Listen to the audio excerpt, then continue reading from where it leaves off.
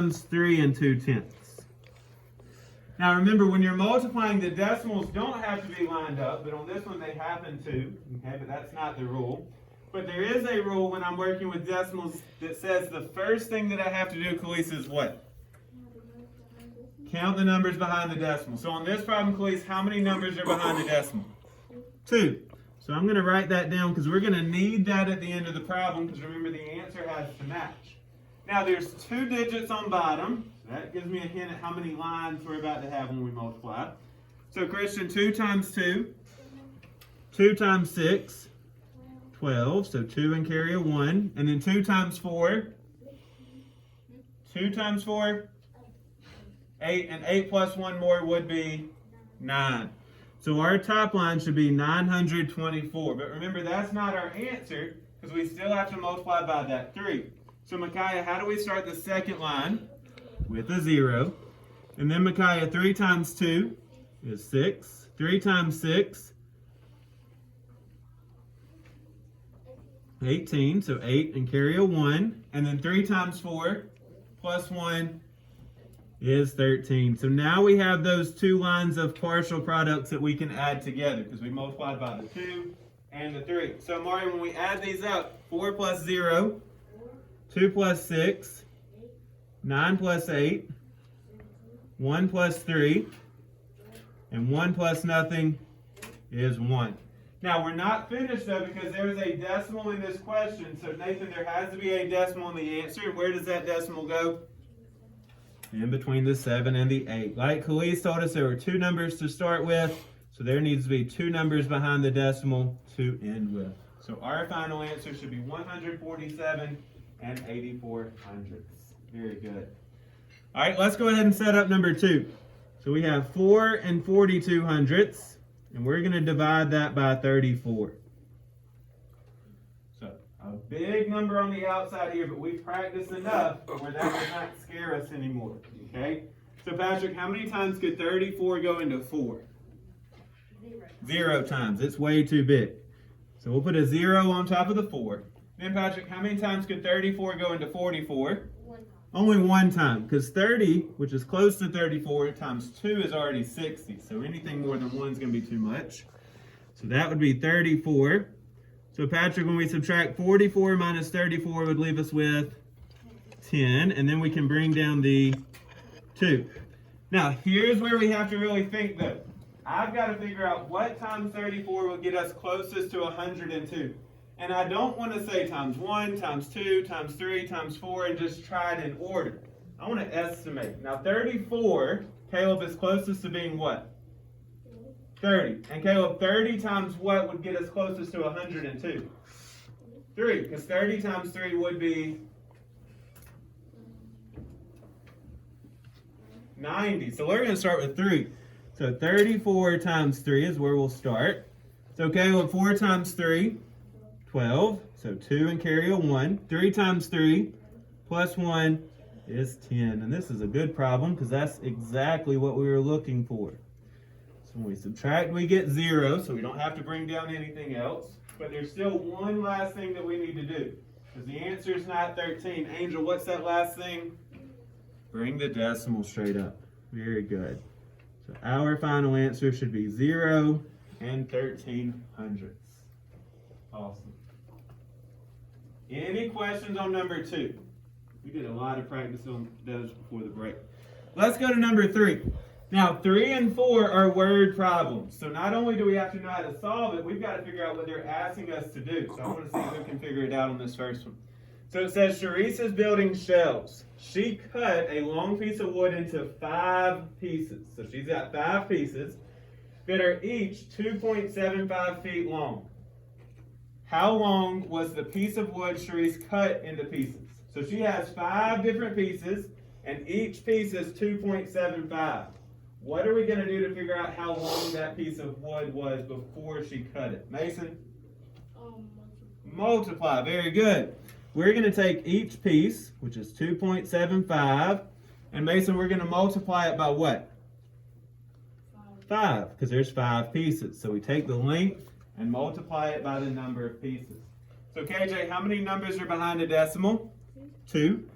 So now KJ, 5 times 5, 25. 5 times 7, plus 2, 37. And then 5 times 2, plus 3, 13. KJ, where does that decimal go? Between the 3 and the 7. So our final answer should be 13 and 75 hundredths. But it asked how long was that piece. What word, Isabella, will go in our answer? Feet. Very good. They were measuring in feet, so we need that word feet in our answer. All right, so Mason mastered that word problem. Let's see who's going to figure out number 4. It says Juanita. It's an interesting name, but it's also my grandma's name, which I always thought was funny. Anyway, Juanita bought a 10.5 pound bag of clay. She used 3.9 pounds for her art project. How much clay does she have left? So she bought 10.5 pounds. She used, I want you to circle that word used, so she no longer has it, 3.9 pounds. How much does she have left? Amari, what are we going to do to figure this out? Subtract. We're going to take what we had, which was 10.5, and we're going to subtract out what we use. That's going to tell us how much we have left. So Amari, 9 minus 5. Can't do that, so we got to borrow from the 1. Make that a 0, which makes that a 10, and then a 9, and then makes that a 15. So Amari, 15 minus 9. 6. 9 minus 3 is 6, and our decimal comes straight down. So 6.6. What word would go into this answer, Demetrius? Pounds. Very good.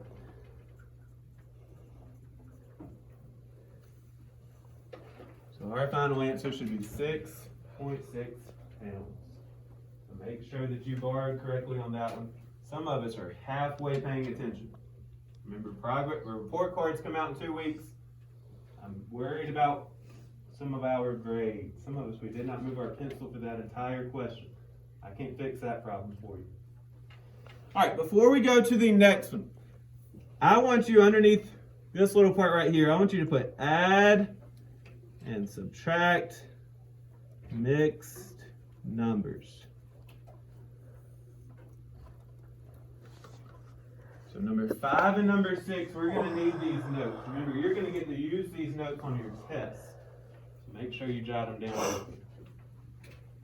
Now, a mixed number is a whole number with a fraction attached to it. Okay, so if you see that, we call that a mixed number. And to add or subtract them, there's 3 steps that we have to do. So I want you to put number 1, you're going to add or subtract the fractions.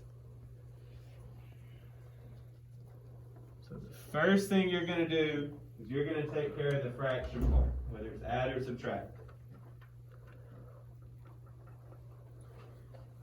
The second thing that you're going to do is you're going to add or subtract the whole numbers. Number 2 should probably be the easiest part. We can add or subtract whole numbers all day long. And then the last part, number 3, we just put them together.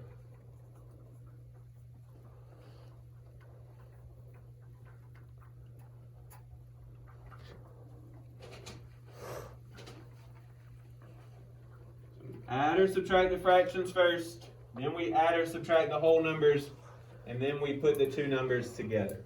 Okay? Now, who can remember all the way back before Christmas break? In order to add or subtract fractions, we must have a what? What are those 2 words that we have to have? Clazel? Say it again. The same denominator, a common denominator. So look at number 5. Clazel, do they have a common denominator?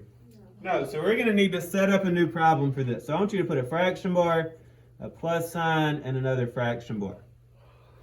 Now remember, that common denominator has to be something that 6 can equal and 3 can equal through multiplication.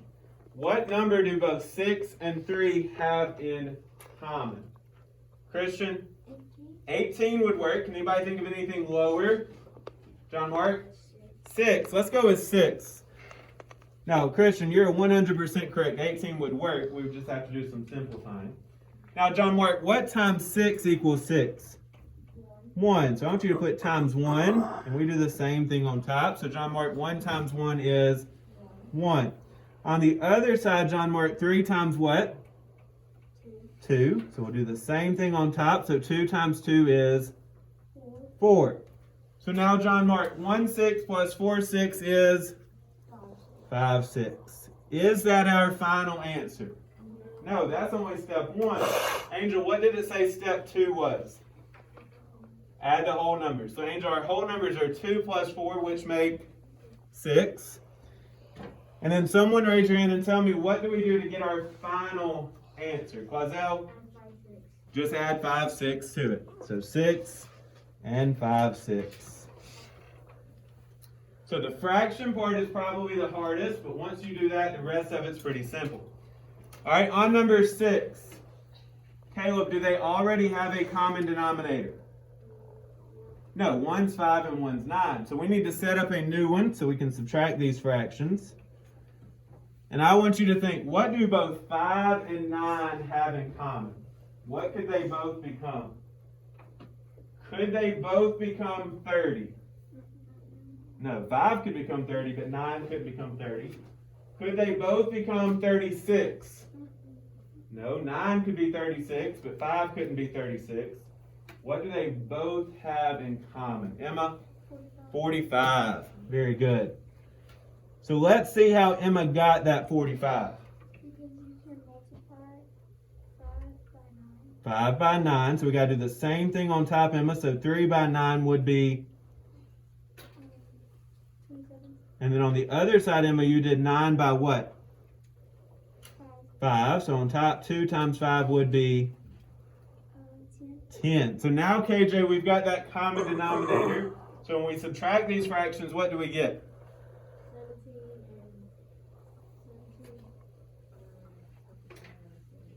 Just over 17 over 45. Now, KJ, is that our final answer? No, because we still have to do the whole numbers. So the whole numbers should be the easy part right here. So when we do that, Demetrius, 2 minus 1 is 1, and then we just put them together. So our final answer should be 1 and 17 over 45.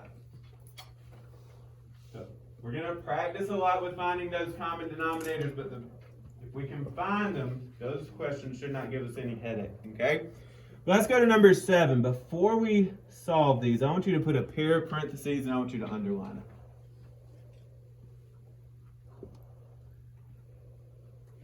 And then I want you to put these 4 symbols: plus, minus, times, and divide.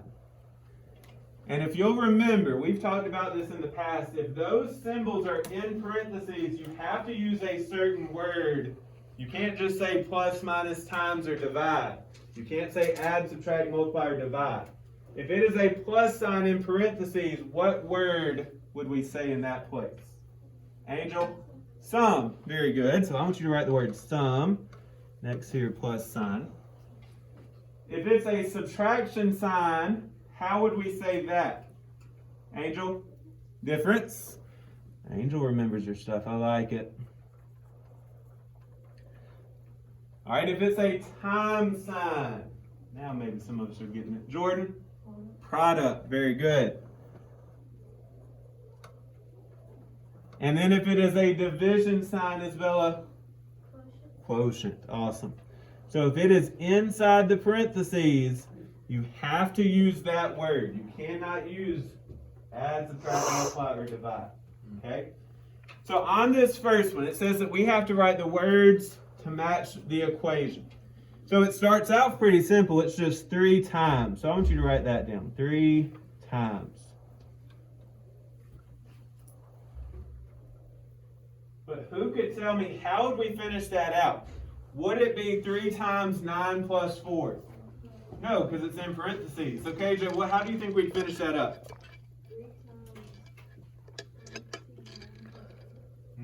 I'm not going to use the parentheses because I can use that word to show that the parentheses are there. John Mark, what do you think? 3 times the sum of 9. Very good. 3 times the sum of 9 and 4. So if we have that parentheses and a plus sign, we use the word sum.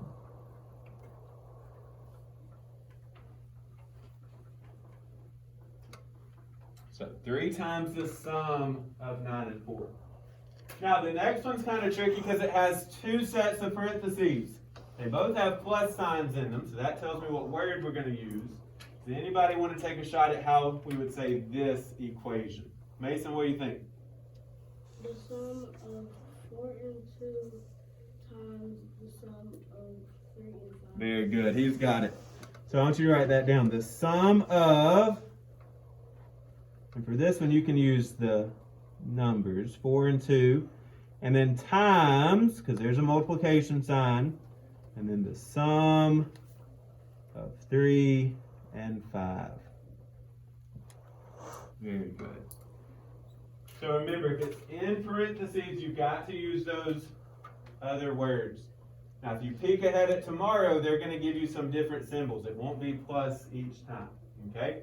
All right, last one, number 8. So we're going to draw a shape on this one with at least one acute angle. I want you to underline that.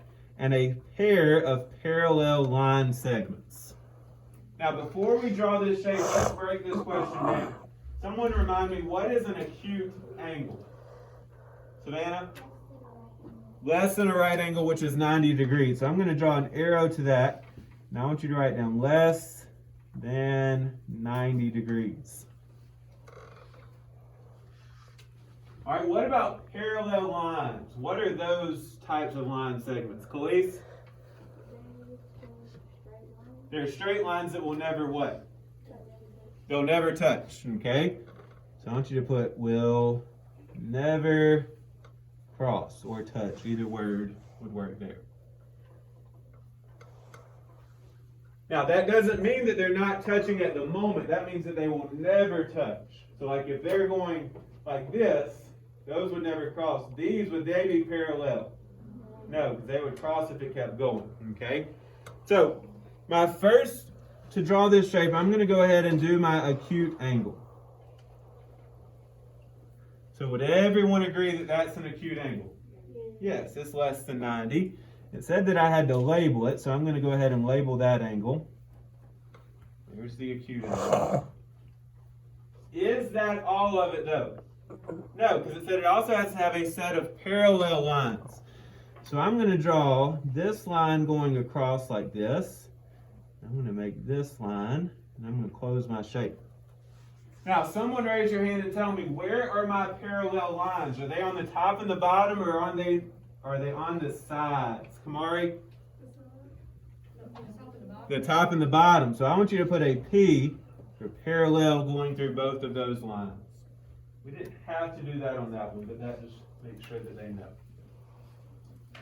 So notice, this side would keep going, that side would keep going, they would touch. But the top and the bottom would go on forever and never touch. So, those are our skills that we're jumping into this week. Most of them are pretty simple, especially